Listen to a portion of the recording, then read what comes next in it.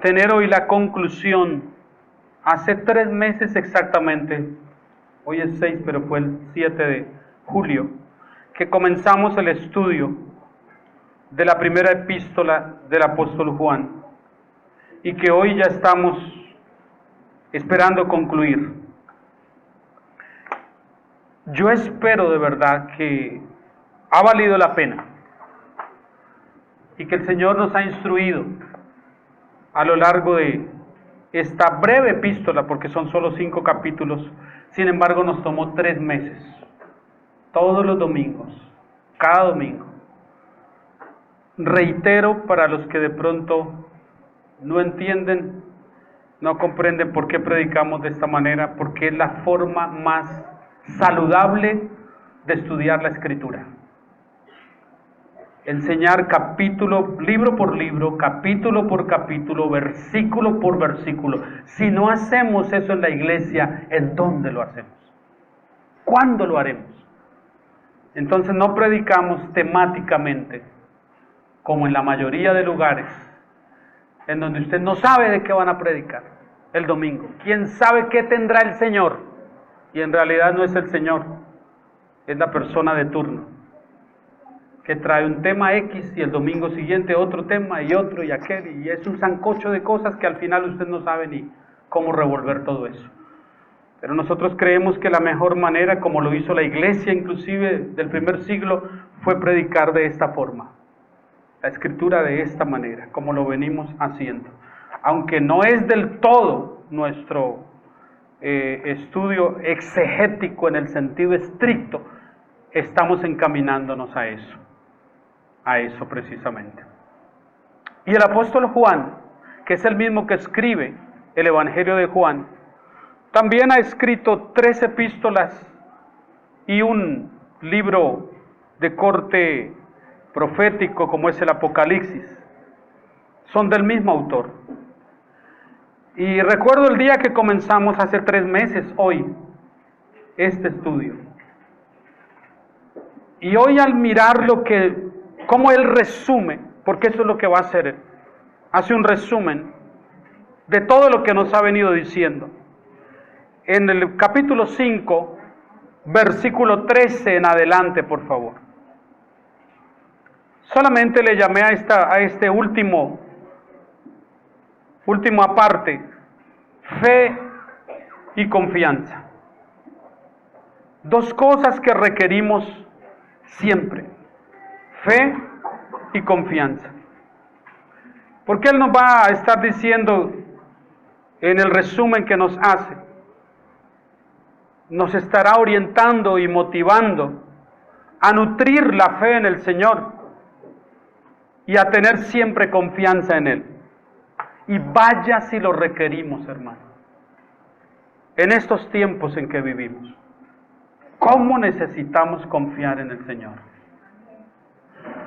Pero hoy Él va a tocar unos temitas que yo ruego que estén ustedes todos muy atentos, porque nos compete a todos por igual. A todos. Una parte que Él va a tocar ahí, que como en la mayoría de capítulos, Juan suele de pronto hacer una pausa aparente, como un paréntesis, y toca un tema que reviste cierto grado de dificultad en su interpretación. Lo ha hecho en otros pasajes y hoy no es la excepción.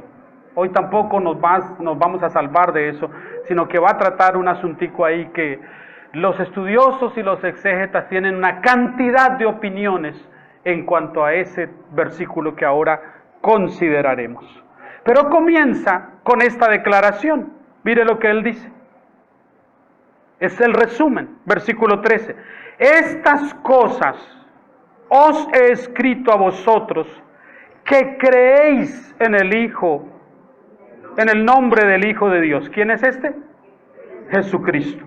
Para que sepáis que tenéis vida eterna y para que creáis en el nombre del Hijo de Dios. Este es el propósito con el que él escribió y eso es lo que resume. Todo lo anterior dice, vengo diciéndolo para que ustedes que creen que ya creen sean fortalecidos y su confianza en el Señor sea acentuada de tal manera que las circunstancias, sean las que sean, no hagan mella en su vida, sino que ustedes puedan estar confiados en Él. Y reitero que Juan estaba frente a un ataque al interior de la iglesia, por parte de algunos de orientación gnóstica que creían ser poseedores de una revelación especial que la iglesia del común no tenía, pero ellos sí. Y con esa mal llamada revelación pretendían desviar la atención de la iglesia. Y Juan lo vio como algo grave. Esta es la iglesia de Éfeso. Y lo vio como algo grave. Y por eso tuvo que exhortar. Y si usted se devolviera un poco hasta el libro de Hechos, va a darse cuenta que es el apóstol Pablo el fundador de esta iglesia. Que inclusive su joven discípulo Timoteo fue puesto un tiempo, no como pastor, porque es claro en las epístolas de Timoteo que Pablo no lo dejó como pastor, sino solamente lo envió allí para que formara, igual que lo que dice de Tito cuando lo envía a Creta, para que formara un grupo de ancianos que gobernaran la iglesia, el modelo bíblico de administración de la iglesia, no un pastor como cabeza responsable y principal al que todos los demás obedecen, sino un grupo de ancianos, pastores, que juntos administran la iglesia del Señor. A ese modelo nosotros aspiramos llegar, a ese modelo, y pronto, al modelo bíblico de gobierno de la iglesia, cuya responsabilidad no descansa en uno solo, sino en varios hombres que Dios mismo instruya y llame a ese fin. A eso le estamos apuntando, para que usted no vea extraño cuando tengamos 2, 3, 4 o 5 pastores en la iglesia, y todos en igualdad de condiciones, en donde nadie será llamado pastor presidente, ni pastor fundador, porque ese sería entonces el más importante con relación a los otros. Nada, todos en igualdad de condiciones, como debe ser el modelo bíblico. Parece ser entonces que el trabajo de Timoteo fue socavado con el tiempo, como suele suceder. Y años después de que ya Timoteo no está en aquel lugar, han venido otros pastores que ni siquiera se registran los nombres. Pero para esta época, no es Juan el apóstol, el pastor de esta iglesia, pero se sabe que por lo menos asistía a este lugar como miembro. Y dije al principio, que seguramente al principio del estudio en julio, que seguro era muy conmovedor para los hermanos de Éfeso, particularmente para la gente antigua que tenía muchos años de haber conocido al Señor en esa iglesia, y ver congregarse entre ellos al único de los discípulos del Señor que estaba con vida para entonces. Creo que eso tenía que ser algo muy interesante para la iglesia. Ciertamente hay una historia, se dice, que cuando el anciano Juan venía a la iglesia de Éfeso al culto dominical, el pastor solía tener una atención con él, por respeto, por admiración y honra también, a ese que todos decían, este es el único que está vivo de los que caminaron con el Señor. Es decir, si pudiéramos pasar un tiempo oyéndolo a él, nos contaría infinidad de cosas que él vio directamente del Señor. Y por supuesto era honroso. Y se cuenta que el pastor en ocasiones decía, está con nosotros el anciano apóstol Juan. de quien queremos recibir un saludo.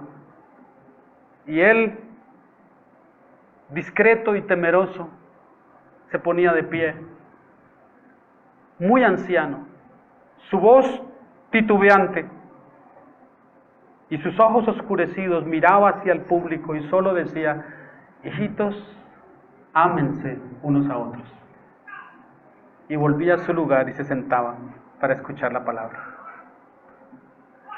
Digo que esa figura me conmueve porque, siendo yo niño, recuerdo que el pastor a donde inicialmente nosotros comenzamos a congregarnos, que no era una iglesia pentecostal, no sé cuándo fuimos después a parar por allá, pero este era un pastor no pentecostal, muy preparado, y que a mí, siendo un niño, me inspiraba mucho. Su porte, su forma de comportarse, de hablar. Y yo era un niño apenas y me hacían la primera silla y siempre estaba pendiente de todo lo que el pastor hacía. Pablo Sáenz se llamó, ese mi primer pastor. Un militar retirado. Y mientras él estaba en el púlpito, su esposa Rosana, que todavía vive, estaba allí en el órgano tocando. Y cantábamos himnos al Señor. Y yo recuerdo que lo miraba y decía: cuando yo sea grande, yo quiero ser como él. Yo quiero verme así. Me gustaba su porte y cómo hablaba y daba la palabra del Señor. Pero recuerdo que había un anciano a quien este pastor se refería como reverendo. Era el más anciano de la iglesia. Y se sentaba allí en la primera fila, a un ladito ahí. Y de vez en cuando el pastor Pablo Sáenz hacía una mención a él. Y decía, como dijera nuestro anciano reverendo, y lo volvía a ver. Y el viejito solo asentía con la cabeza. Recuerdo el día que ese anciano murió, porque fue noticia en la iglesia. Hoy el anciano, el reverendo, que no recuerdo su nombre inclusive, dijo el pastor: el reverendo no está con nosotros, porque anoche, mientras leía la escritura y meditaba en el Señor, durmió. Yo no entendí mucho eso de que durmió. ¿Cómo que durmió? Pues si durmió, debió despertarse y estar hoy en el culto, pensé yo. Y ya el pastor explicó: hoy serán sus exequias y su funeral, pero él está ante el Señor. Y la imagen para mí quedó ahí, de ese anciano consagrado al Señor enteramente, con su Biblia abierta y con sus enormes gafas tratando de ver todavía y cerrando sus ojos diciendo: Señor, y de pronto su último suspiro. Y me quedó esa imagen para siempre ahí. Así me imagino yo al anciano Juan cada domingo en culto, hasta que un día ya no estuvo más, porque fue llamado con el Señor. ¿Usted se imagina la dicha que nosotros tenemos de poder escrutar las cosas que este anciano escribió? Son de primera mano, son cosas importantes.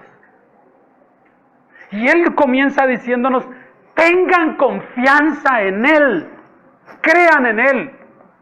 Este hombre le sirvió 60 años al Señor. 60 años, hermano. La edad que tengo yo. Esos años le sirvió al maestro y sabe, jamás tuvo una queja de Jesús. Jamás. Y a nosotros nos inspira diciéndonos esto, versículo 14. Y esta es la confianza que tenemos en Él, que si pedimos alguna cosa, algunos quisieran dejar ese versículo ahí mutilado y saltar directamente a Él nos oye.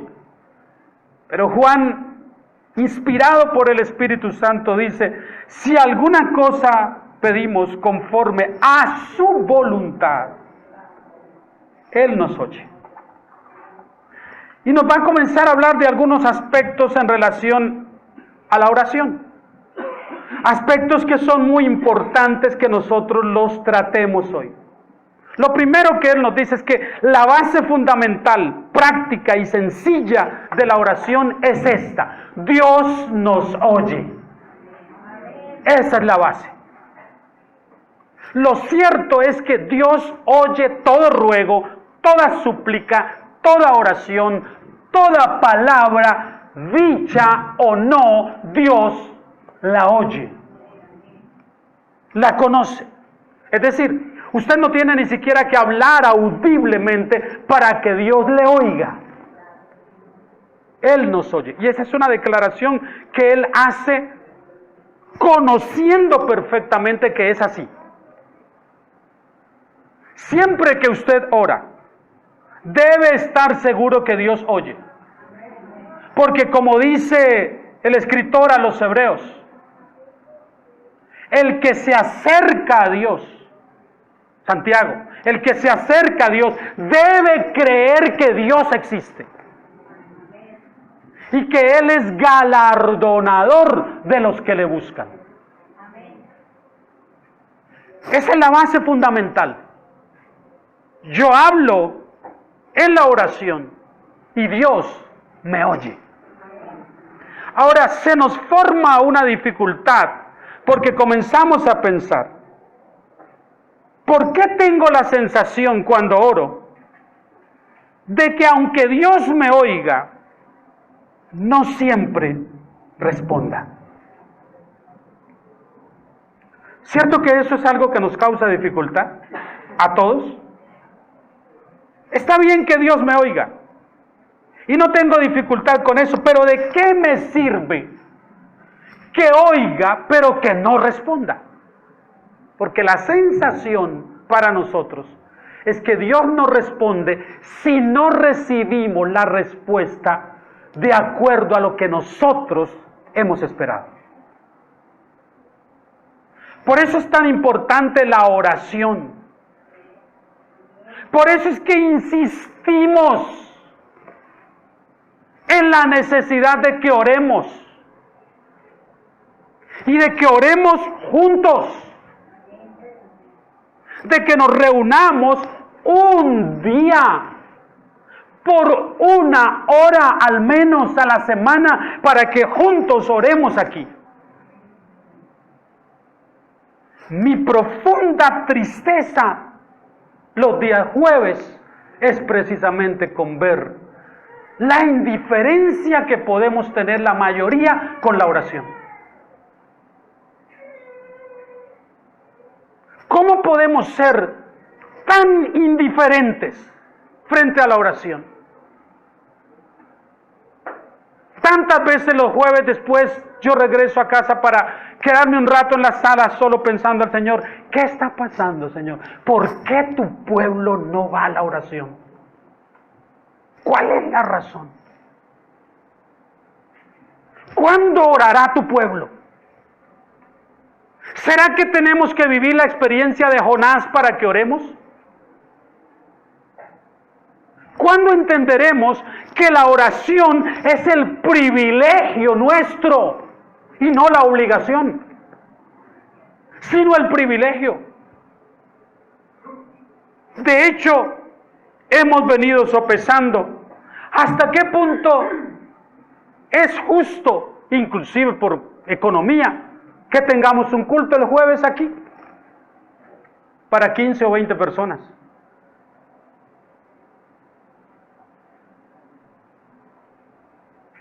Quiero pensar que la mayoría que no vienen oran en su casa, pero permítame dudarlo. Porque querríamos tener un tiempo. Alguien decía esta semana: sé que más de un hermano quisiera más de una reunión en semana. Tristemente yo sé de otros que no quisieran más de una.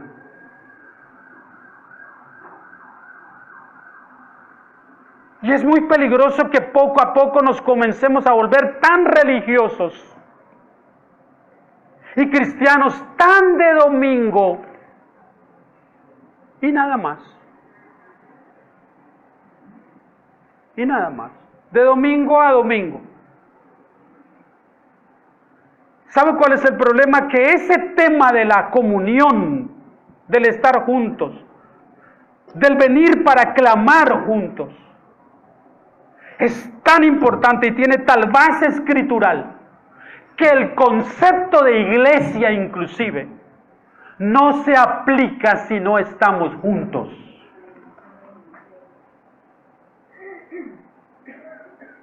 Fíjese que cuando el Señor dice a los 120 que va a derramar sobre ellos el Espíritu Santo, les dice, quédense juntos.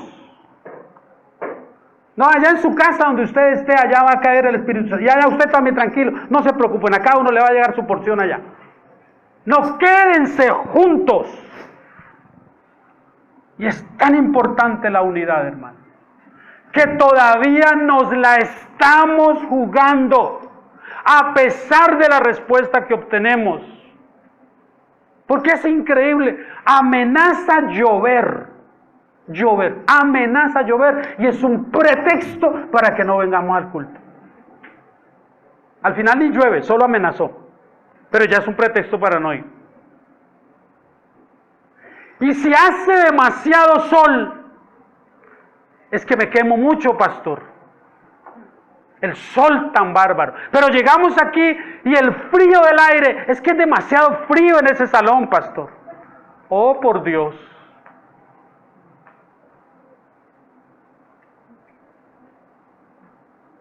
Así somos. Y es triste porque eso habla de lo que Dios es para nosotros. ¿Quién está siendo Dios para mí? Y Juan enfatiza el tema de la oración porque es muy importante, hermano. Es muy importante. Yo no sé a usted, pero a mí me encanta la idea de poderme reunir con un grupo de hermanos más para orar. Me gusta. Disfruto eso. Para mí no es una carga. Y me preocupa que algunos sí lo vean como una carga. ¿Sabe cuándo va a dejar de ser una carga la oración para usted? Cuando todo lo que usted necesite resolver no dependa de más, sino de la oración. Ese día va a querer orar. Hermano, por si de pronto, lleve una Biblia, le decíamos. Lleve una Biblia a todo lado, nunca se sabe.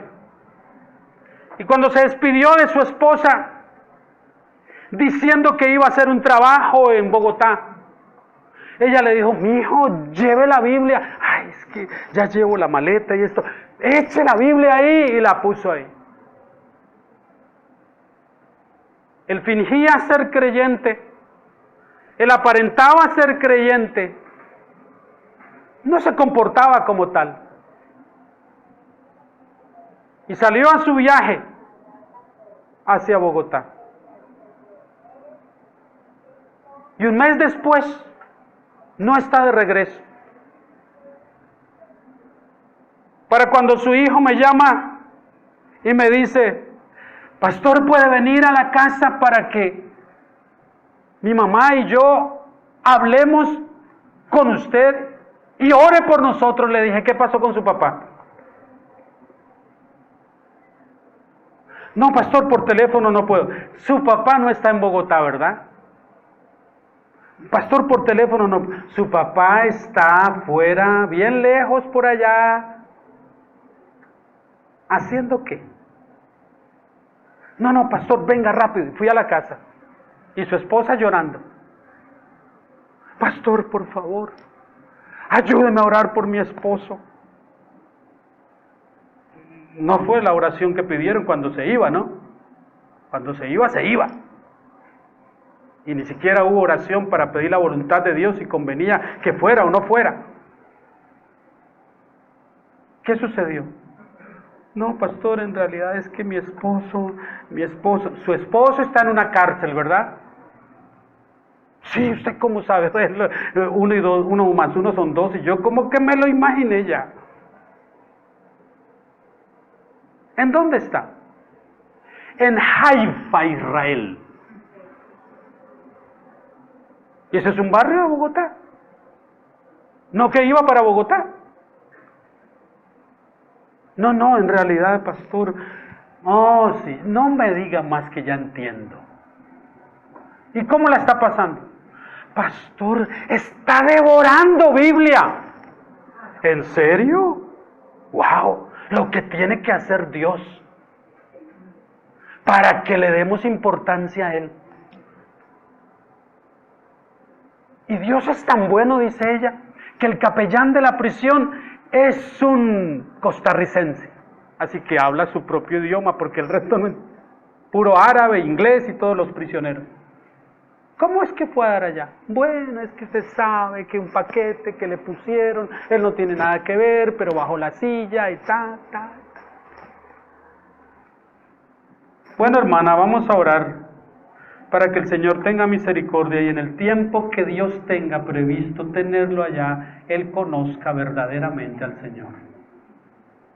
Y cuando lo traiga de vuelta, lo traiga transformado. O que lo tenga ya tanto tiempo como sea necesario. Ay, pastor, no, eso no. A los 3 meses regresó por la gracia de Dios, que no fue en un país árabe donde cayó porque no hubiera vuelto jamás. Fue en Israel. Y a los 3 meses volvió. Mansito. ¿Cuándo hay culto, pastor? ¿Esta noche no hay culto? ¿Cuándo va a ir a otro ayuno de esos que hacíamos por allá cerca del lago Calima? Quiero ir. Mis hermanos, tantas veces Dios tendrá que apretarnos para que demos importancia a lo que es importante. Y tantas veces Dios tendrá que despojarnos y quitarnos cosas y asuntos y personas, retirarlas del camino para que le demos a Él el lugar que Él merece en nuestra vida. Y si no lo hacemos voluntariamente, por amor, Él lo hará sin pedirnos permiso. Y después, ¿sabe qué haremos nosotros? Hasta le agradeceremos porque entenderemos que fue para nuestro bien.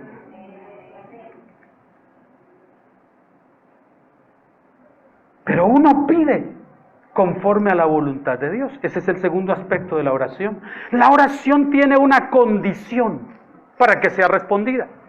Y es que lo que pedimos sea pedido conforme a la voluntad de Dios. Es decir, la oración no es un pozo de los deseos.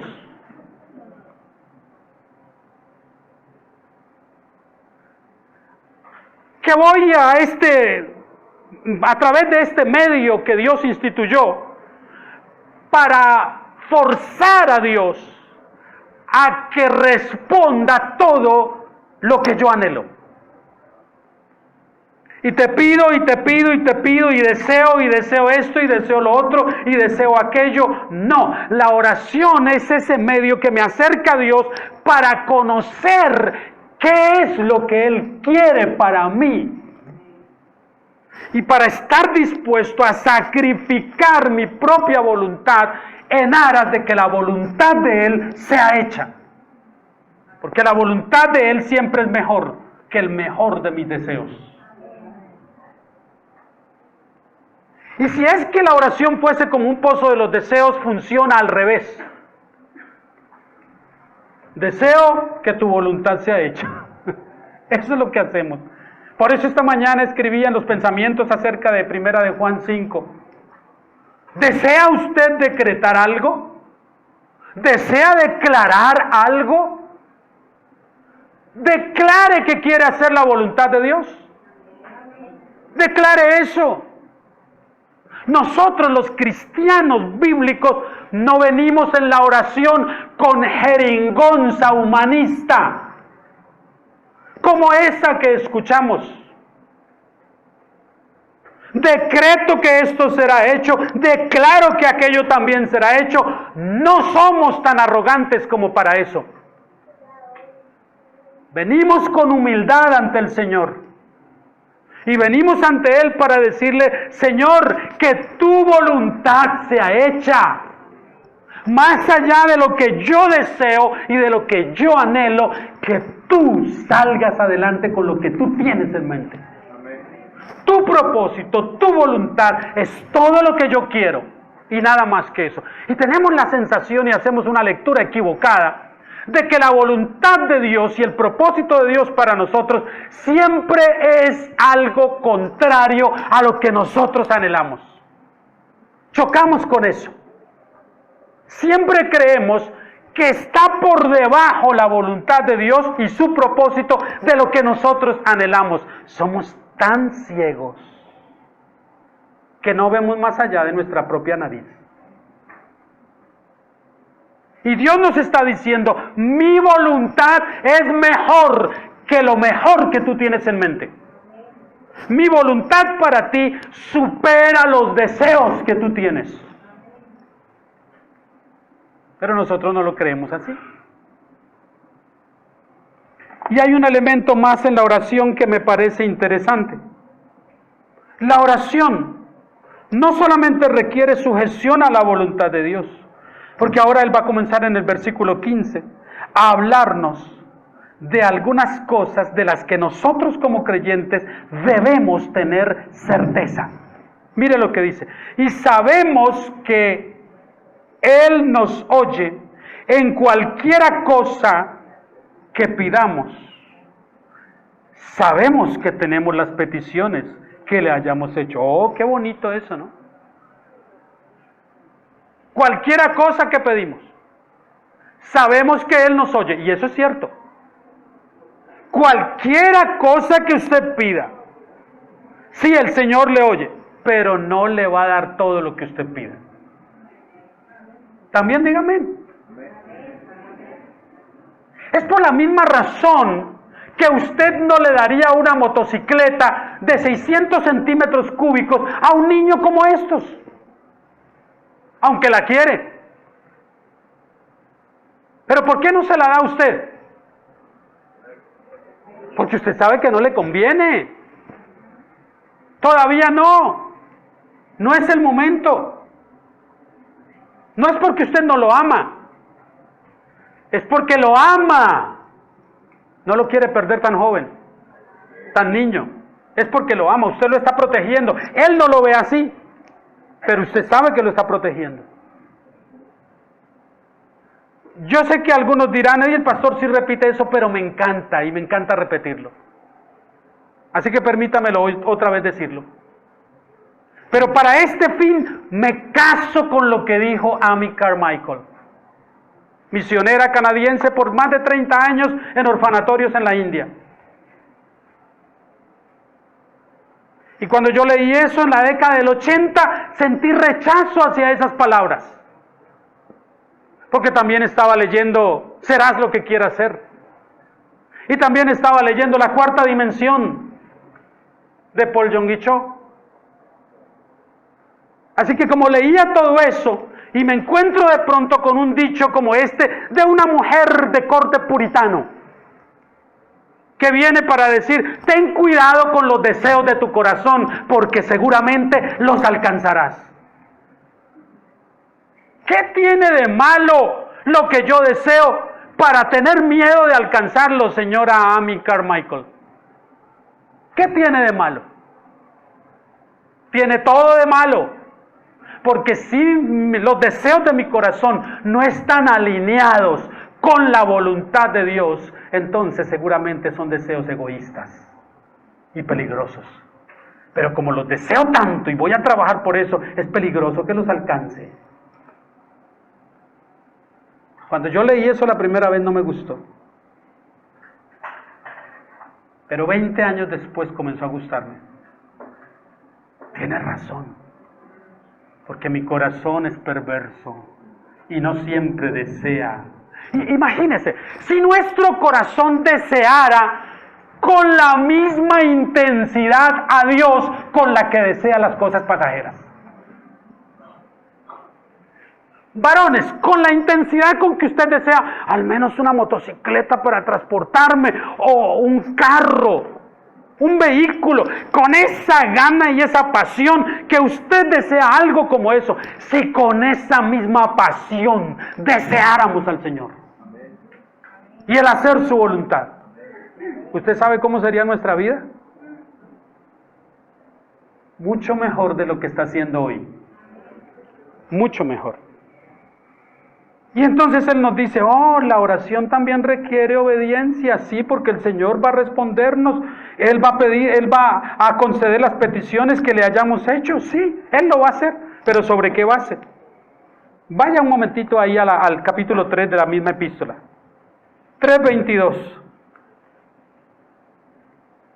Y cualquiera cosa que pidiéremos, la recibiremos de Él, amén, porque guardamos sus mandamientos y hacemos las cosas que son agradables delante de Él. Ese es el contexto.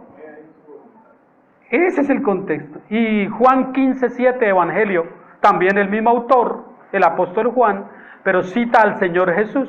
Juan 15:7.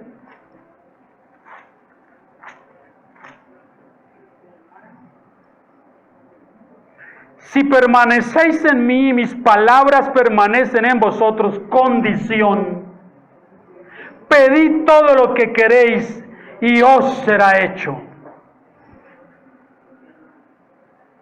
Separe ese versículo, cásese con la segunda parte nada más y olvide la primera. No puede. Entonces pida y pida todo lo que quiera, como dice Santiago, para gastar en sus propios deleites. Pida y pida y pida, y siga pidiendo, y el Señor oirá, pero no responderá. Porque la condición está en la primera parte del versículo. Y es claro, no necesita ni siquiera tanta explicación. Ahora, Juan 14:14, ahí mismo, un poquitito atrás, Juan 14:14.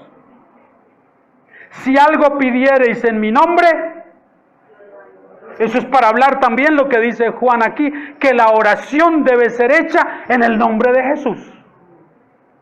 Pero también condicionada a la voluntad de Dios.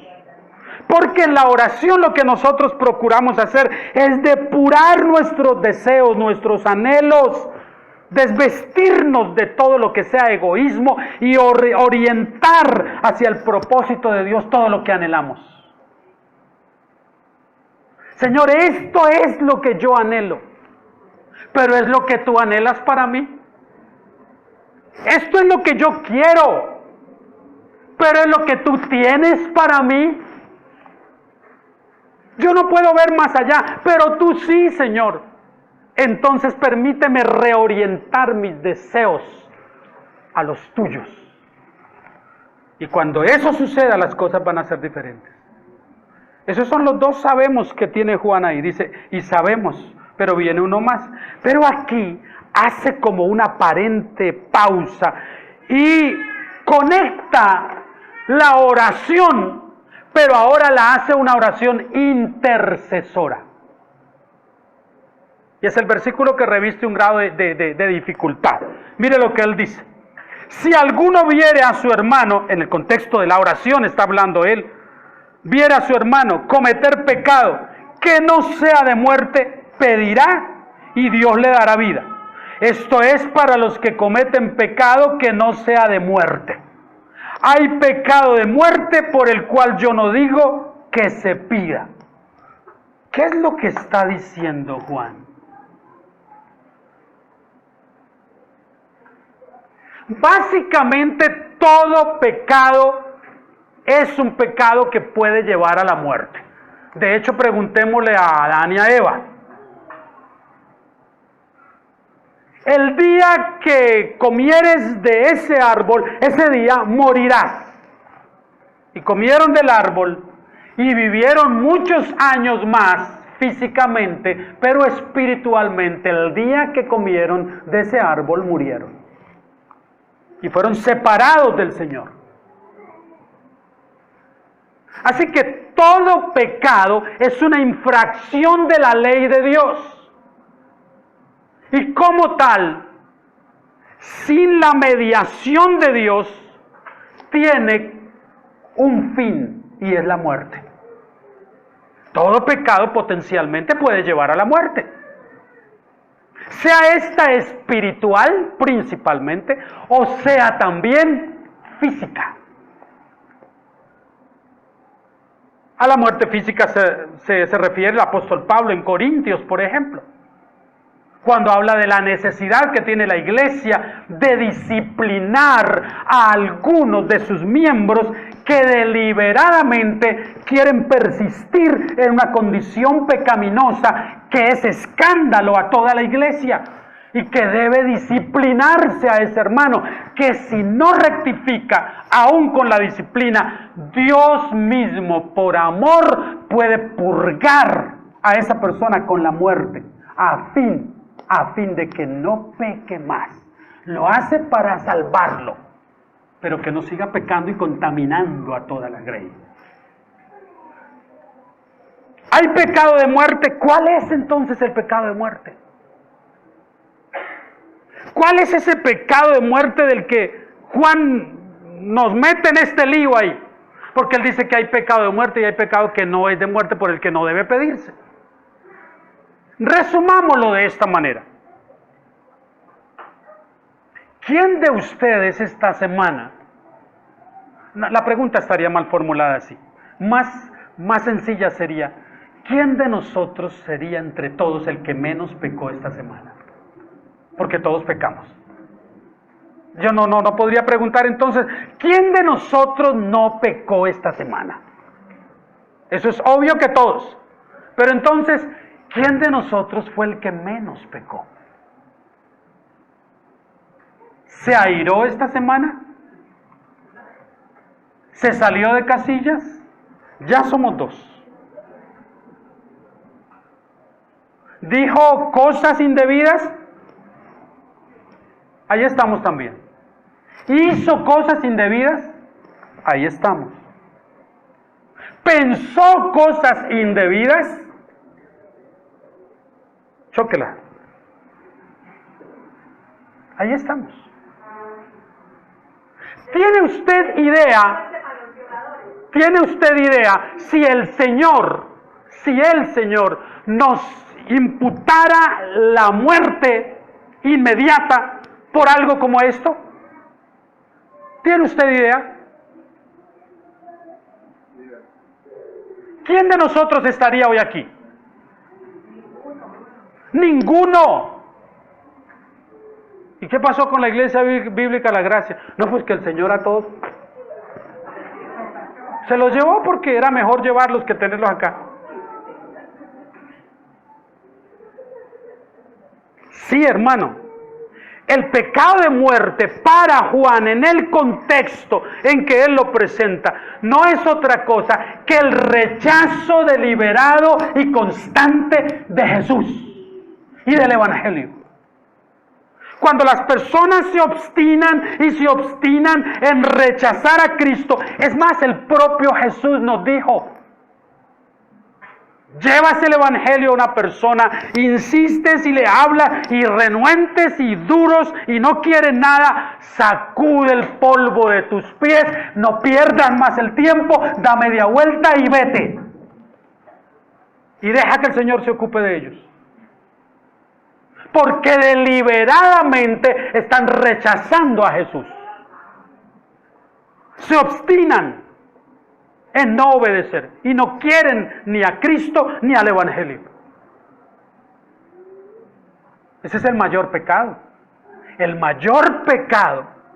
Ese pecado los va a llevar a la muerte física y espiritual eterna. Y no hay posibilidad para una persona así.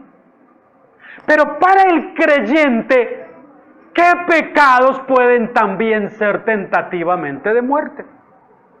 Todo aquel pecado, todo, del cual yo no me confieso ni me arrepiento. Todo pecado que no traigo ante el Señor, ¿A dónde va el cristiano, como usted y como yo, cuando pecamos? ¿A la cruz? No. A la cruz fuimos una vez, traídos por el Señor, para ser regenerados. El cristiano que peca ocasionalmente, para lo que hay provisión, no va a la cruz cada vez que peca, él va al trono de la gracia. Hebreos.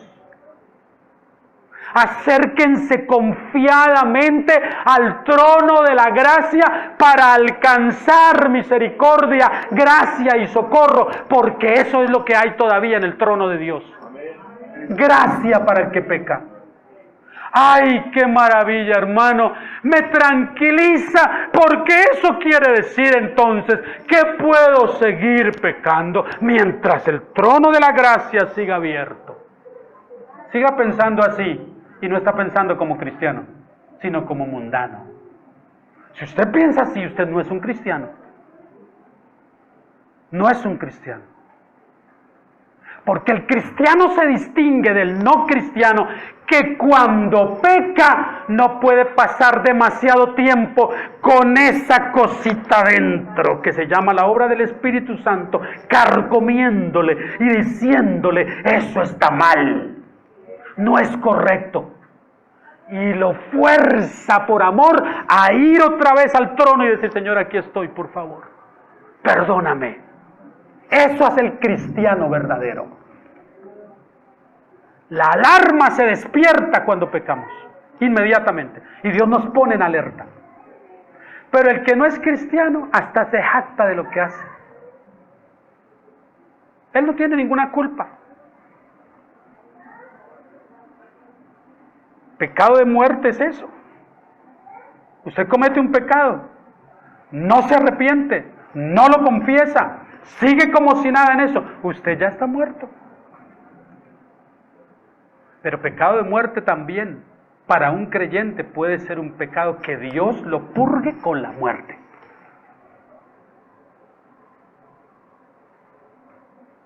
¿Le parece extremo?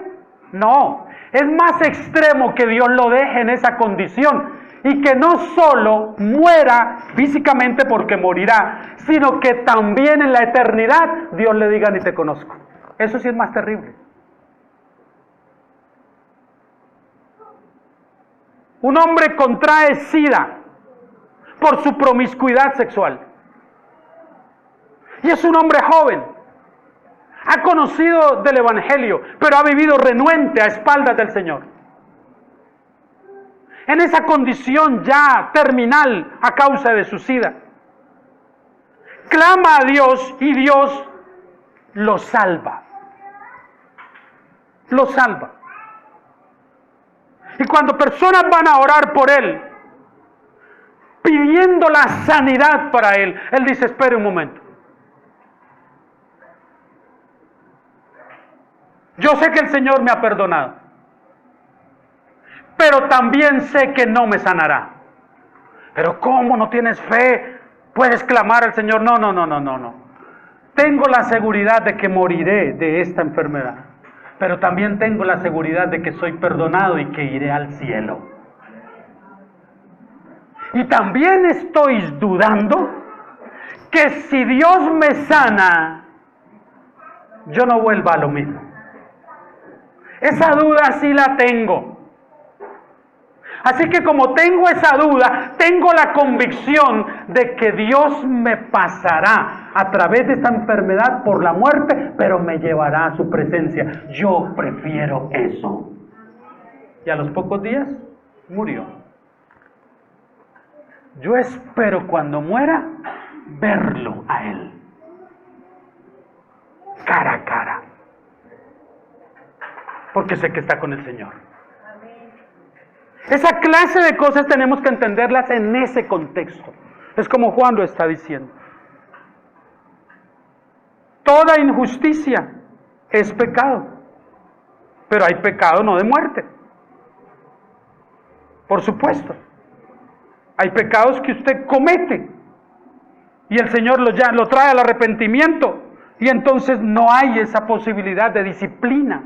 Esto también enmarca la disciplina de la iglesia, a la que estamos llamados nosotros a practicar.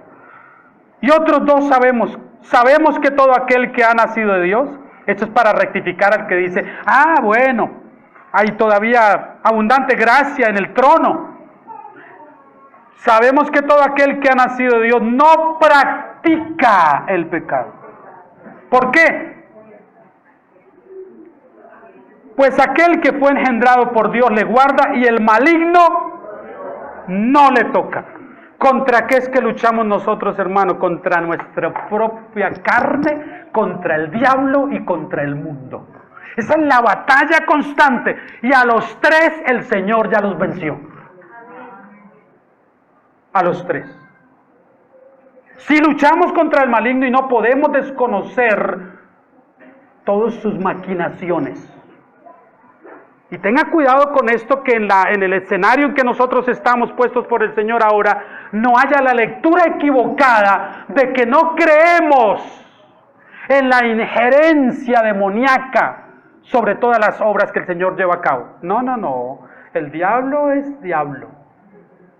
Y aunque su poder está restringido por el Señor, con todo y eso, Él se toma ciertas libertades todavía. Y no me diga que su mente no es bombardeada constantemente por dardos del enemigo. Él está ahí. Pero la Biblia dice, mayor es el que está en nosotros. Y contra el mundo y el diablo, el Señor ya trató con ellos. Y el diablo no podrá tener en su vida más terreno del que usted mismo le entregue. Él no va a tomar más de lo que usted le entregue. Olvídelo, no puede. No hay manera. Ya el cuentico ese de que, no hermano, es que no sé, yo creo que es que el diablo no quería que fuera al culto porque me escondió las llaves. Tome algo para la memoria. Sea más cuidadoso con eso. Pero hay esas cosas en las que magnificamos al diablo. Lo hacemos más poderoso que Dios inclusive. Con una cosa que le ruego que tenga cuidado es con esas cadenas que comienzan a enviar por WhatsApp. La visión que recibió un hermano o una fulanita en tal y tal y tal lugar, que el diablo hacía, y el diablo, y el diablo, y el diablo. No ven a Dios por ningún lugar. Eso ya es el otro extremo. No ande usted reenviando todo eso a personas que ni siquiera saben de qué es que están hablando. Y de pronto, ya cerrando, él dice, sabemos que somos hijos de Dios. Eso ya lo sabemos. Y el mundo entero, ese es el contraste. Nosotros somos hijos de Dios, pero vivimos en un mundo en donde el príncipe de este mundo manda. Él es el príncipe de este mundo, pero no es el rey. Es solo el príncipe. Tiene ciertas habilidades todavía y ciertos lugares de control y de dominio. Pero nosotros estamos acá y el Señor Jesús dijo, ellos están en el mundo y el príncipe de las tinieblas también está en el mundo, pero ellos no son del mundo. Ellos están de paso aquí nada más. Por eso es que cuando termina Juan, termina diciendo esto. Pero sabemos, ese es el otro sabemos, son 5 sabemos que él usó, pero sabemos que el Hijo de Dios ha venido y nos ha dado entendimiento para conocer al que es verdadero, y estamos en el verdadero, en su Hijo Jesucristo. Esto es para rebatir a los gnósticos. Los gnósticos decían que solo ellos tenían el conocimiento verdadero. Y Juan dice, no. Nosotros estamos en el verdadero y lo decimos sin jactancia. Al contrario, un peso de responsabilidad cae sobre el cristiano que dice que conoce a Dios. Entre usted más diga conocer a Dios, más responsabilidad se está echando encima. Porque la gente está pendiente. Pero ¿cómo es que ese que conoce a Dios y mire esto y mire lo otro y mire aquello? Entre más diga conocer de Dios, más responsabilidad tiene usted encima. Así que mucho cuidado con eso. Este es el verdadero Dios y la vida eterna. Esto, no es otra cosa. Solo esto. Y de pronto otra vez como si saltara como una liebre de un lugar a otro. Juan termina con una frasecita corta. Y nos preguntamos, ¿por qué termina de esa manera su epístola? ¿Por qué la concluye así? Mire cómo concluye. Guardaos, hijitos, guardaos de los ídolos. ¿Qué es un ídolo?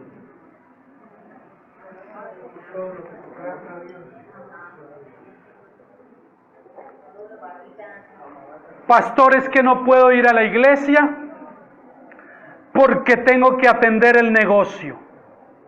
¿Todos los domingos? Ese es su Dios. ¿El negocio es su Dios? Pastores, que no puedo ir a la iglesia porque tengo prácticas de judo todos los domingos en la mañana. Ese es su Dios. Así de simple. No puedo ir a la iglesia porque tengo que quedarme cuidando la casa nueva que Dios me dio. Ese es su Dios. ¿Y usted cree que el Dios que le dio la casa nueva no se la puede cuidar? Ese es su Dios. Es que si no atiendo a la familia el domingo en la mañana y nos vamos al río o a algún lugar, ese es su Dios. Por eso es que él dice, y lo está diciendo a hermanos de una ciudad que conocían muy bien sobre la idolatría. En Éfeso se había erigido la diosa Diana de los efesios. Y había un culto y un templo de perversión para esa diosa. Toda clase de perversiones de todo tipo se practicaban al interior de ese templo pagano. Y Juan les advierte a ellos, guárdense de esto, pero guardémonos también de los ídolos que hacemos en nuestro propio corazón. ¿Quién va a creer? Pero algunos esposos pueden tener a su esposa como un ídolo o lo contrario. Y otros a los hijos, y otros a los nietos. Y Dios nos guarde de todo eso. Cuando menos pensemos, eso tan amado termina convertido en un ídolo. Toma el lugar de Dios en nuestro corazón. ¿Qué es un ídolo? Todo aquello que ocupe más en mi pensamiento que lo que ocupa Dios. Ese es un ídolo. La comida, el turismo, la familia, un deporte, a los niños, los videojuegos, el dinero, el Dios de este mundo. Ídolos, eso es lo que hay por ahí. Es que todos tenemos la idea que el ídolo es la esfinge esa, la estatua esa grande y que van. No. Son esos ídolos. El deporte, el Cucutica deportivo. Ídolos de esa clase. Para muchos jóvenes el fútbol es un ídolo. Y muchos padres les patrocinan eso, cayendo ellos también en la misma idolatría. Ay, pastor, pero usted no, es que usted no ha oído la vida de Cristiano y de James Rodríguez. Que yo quiero que mi hijo llegue a eso. ¿Usted cree que está queriendo lo mejor para él? Vean también el modelo de esos muchachos, a ver. Sí, todo el dinero del mundo, todo lo que tocan se vuelve oro. Dinero por todas partes. ¿Y usted cree que eso realmente trae la felicidad? Si le preguntamos a la mamá de James Rodríguez, va a decir que sí. Porque ese es el mundo en el que ella vive. Pero delante de Dios, eso no es más que un ídolo. El día que Dios quiera tumbar ese ídolo, desarraigarlo de nuestro corazón, lo hace y punto.